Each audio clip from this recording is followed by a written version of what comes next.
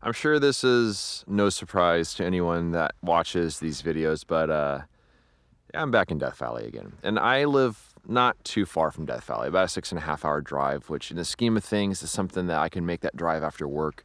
And that's exactly what I did yesterday. Typically, I'll drive into a location like this in the morning and have like a full day here. But in this case, I headed here after work, kind of grabbed a campsite, and then grabbed a few hours of sleep, and then I came over here to an area where I shot this exact photo probably about 3.5 weeks ago, and it didn't turn out very good. What happened is that the rock itself was a little out of focus. The mud cracks were fine, but my focus was a little bit back behind where it should be. And so I figured, well, the conditions are still the same. This is an easy on the ground sort of intimate landscape sort of photo. Might as well try it again. So that's exactly what I did. I got my normal lens here, overextended a little bit so I have the ability to do kind of a close-up shot. And I don't know. I'm good with the decisions I made today, but I think what I discovered in the process is I think the reason I missed the photo wasn't entirely my fault. I think the reason was because the Ritter camera just is not super ideal for this style of photography where you're shooting stuff on the ground because things move around a little bit and it's not as precise as I'd want to be. It's perfect if you're shooting something, straight off in the distance. But for this stuff, I mean, I was fighting it this morning. I was kind of locking things down, getting it focused, and then things would kind of change a little bit. So there's another photo that I also shot on my previous trip here to Death Valley. And that one also had some weird stuff going on. It is also a scene where I shoot stuff on the ground, so I may have to reevaluate sort of the use of this camera, but this is a style of photography I really like. And I know this is something where if I was using the ebony, I could really just nail that photo. But the plan for the rest of this short trip, which will probably just be a few days, is I'm going to check out Badwater because there's some water in the salt flats right now, which is kind of cool. It's a pretty unique sort of thing to find. There's a chance of rain tomorrow, hopefully no wind with that.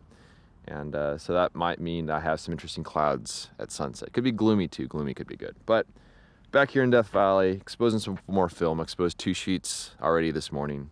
And we'll see what else I can find as I scout things out down in Badwater.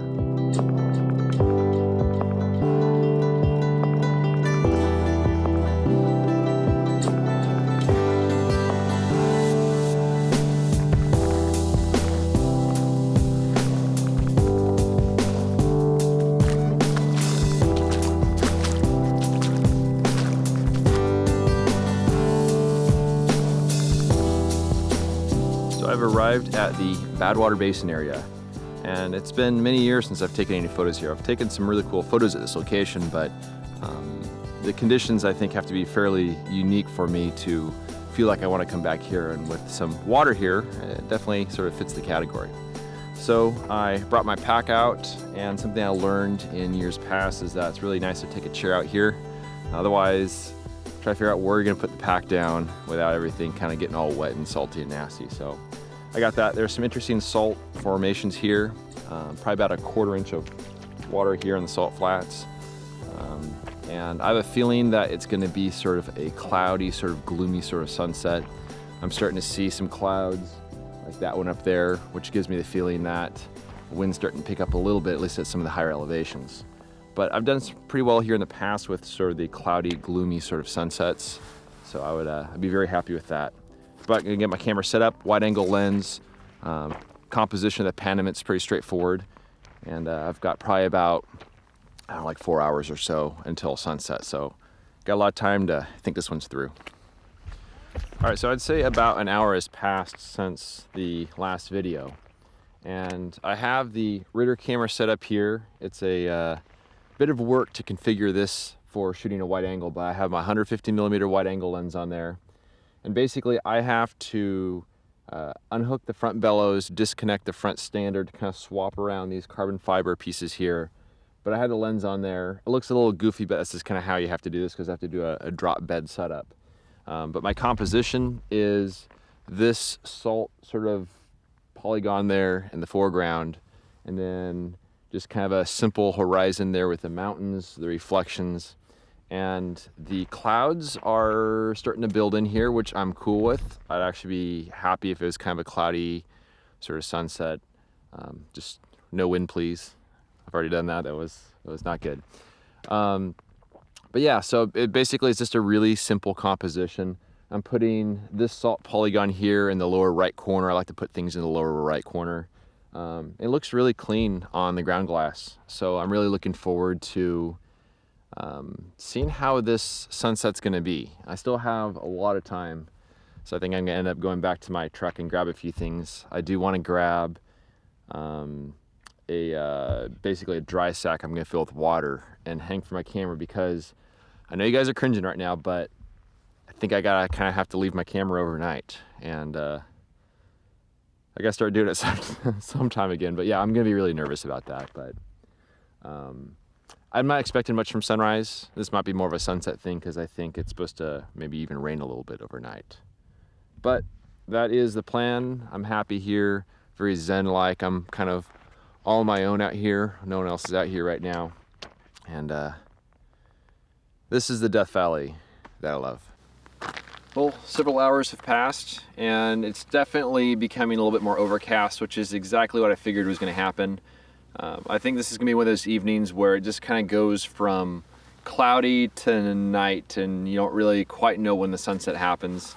But that's kind of what I'm really happy with, because if this was one of those fiery sort of sunsets, it'd be really difficult for me, because you'd end up having maybe too strong of color in the reflection. But I went ahead and so far exposed one sheet of Velvia 50. That's kind of my safety shot. I don't necessarily think this will be the best light. It might be. But what I'm gonna do is I'm going to wait around and then expose a little bit more film a little bit later on as the sunset progresses. But I'm using a 2-stop soft grad filter from Lee, and that is gonna help to feather the top just a little bit, because I'm almost exactly within the range of what the film can handle. But I figure by using a grad filter, I can help just put a little bit more density in the sky. But I'm gonna wait around and see what develops here, and see if the light changes. But I'm guessing it's just gonna fade kind of to night, get kind of more bluish in tone, which might make for kind of a cool, sort of moody kind of photo. So that was the last of the video that I have from this particular trip to Death Valley, but there's more to the story. But before we get to that, first I want to share the photo I shot earlier in the morning, which is the rock that was surrounded by the cracked mud. And this is a scene that I had photographed once before on my main trip to Death Valley, but I messed it up because the focus was a little bit behind the rock, so the rock was a little blurry, and then the cracked mud looked fine.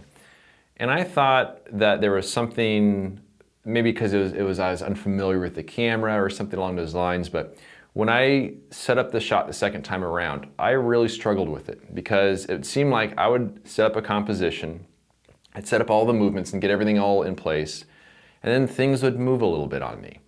The front tilt in particular, which is where the front lens can kind of move like that had a tendency to wander a little bit. It also seemed like the focus had a tendency to wander a little bit. And this is with me locking down all the knobs, getting everything all set, but it still seemed like somehow the camera had an ability to move a little bit, which made it really frustrating to shoot.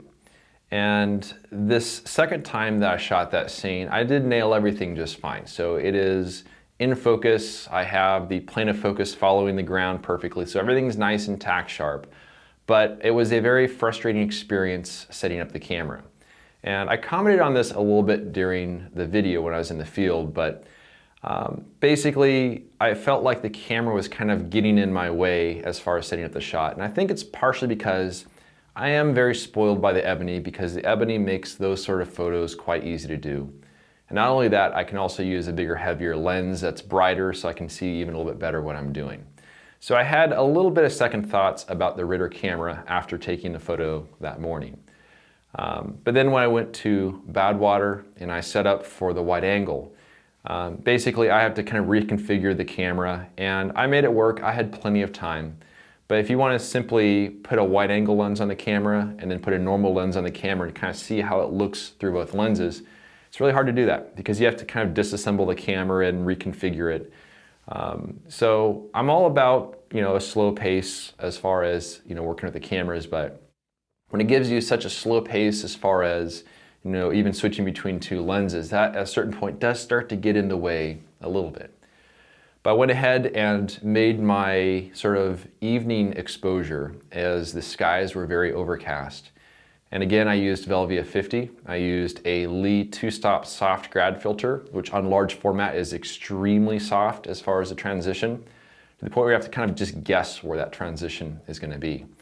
And that exposure, as I'll show you right now, turned out just fine. So it's a good exposure. It kind of captures the sort of the blue mood in the evening time there. And I was very happy with how it turned out, though I will say that there was one troublemaker cloud, which is a cloud in the upper right corner on the top edge of the frame. And that cloud continued up and out of the composition, and you'll also see it reflected in the foreground water down below. Now that cloud was there because there was some wind getting kicked up over the mountain range. It's kind of making that cloud appear there, which is something that is very, very common when photographing in the Badwater area, because you're at about 300 feet below sea level and you're aiming your camera at something that is about 11,000 feet up. So those mountains are going to create their own weather to some degree. So I made that exposure and then went ahead and I left my camera overnight. And those of you that have been following my videos for a little while now, you've already seen me show the Broken Ritter camera, where you probably knew that that camera also was going to get destroyed. But it was so absolutely calm, and it was the sort of conditions that I really do enjoy about Deathfire, which is calm, it's really quiet. And I had it weighted down pretty good, but it was pretty, I don't know, maybe like 2 o'clock in the morning or so. I was sleeping in the back of my 4Runner on this trip, and my whole truck started to shake a bit because of the wind. So I knew right then and there that that camera was going to be destroyed in the morning. But here's the thing, it is just a thing. It's a light-proof box. It is something that can be repaired. It's something that can be replaced. And if I don't put my cameras at risk from time to time, if I don't take chances from time to time, I don't have the payoff. And so I'm not as concerned about the fact that that camera was destroyed. It would have been nice to maybe sell it when I got back from the trip, you know, mint condition, undamaged and all that, because I knew based on this trip that the camera isn't really the tool exactly that I was looking for. But that being said, the next morning when I went out to retrieve my camera, I didn't even take my video kit with me because I knew exactly what I was going to find when I got out there. So sure enough, it was about an hour or so before sunrise. Followed my GPS, hiked all the way out there, and sure enough, I see the tripod on its side. Dark cloth is probably about 50 feet away or so. And the camera was not only damaged from the impact, but also it splashed down in the really nasty water. So I just kind of picked it up as it was and hiked it back to my truck. But as I was sitting there kind of looking at the camera as it was kind of on its side in the water there was something that caught my eye that really did have an impact on me. And I forgot that I had left my stopwatch, which was hanging from the tripod. I forgot I had left it there overnight. I thought I'd taken it with me. So all I saw in the morning was the back of the stopwatch kind of submerged in the water. Now the water was probably about a 1/4 inch deep or so. And I see this just barely sticking out of the water. That is something I was really bummed by, because this is a stopwatch that was given to me by my grandparents. And this is what has been responsible for every photo that I've taken that has been timed, measured in seconds. I've used that stopwatch. So I honestly didn't really care about the camera. The camera can be replaced. What really sucked was seeing a stopwatch like that. But when I got back from the trip, I did rinse it in some distilled water. These things must be sealed because it still works. So that, to me, was a bit of a victory there, the fact that this actually survived it just fine. The lens that was on the camera was my 150mm wide-angle lens. That lens took 3 tumbles, 2 on the Ebony on the first trip, and then once on the Ritter on this trip. And it was even splashed with the really nasty salty water, but the lens is fine. So again, that is another victory there. But here's one other thing that was kind of cool. So the night before that camera was blown down, the night before that camera was destroyed, I did take one last photo. And there was those moments right around sunset, a little after sunset, where all the clouds overhead just kind of seem to disappear. And then there was this amazing crimson light that kind of bounced off the clouds in a few places. And I made one last exposure on Velvia 50. So this is the last photo shot with the Ritter camera. And I gotta say, turned out pretty good. So the question is, was it worth it? I don't know. You tell me.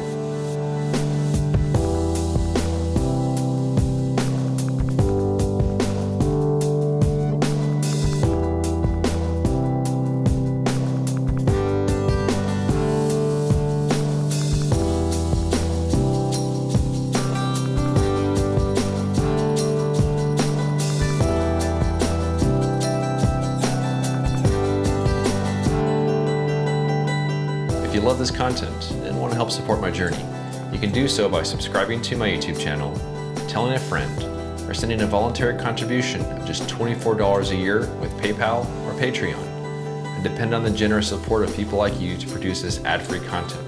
For more information on how to support me, please visit the donation section of my website. Thanks in advance for your support.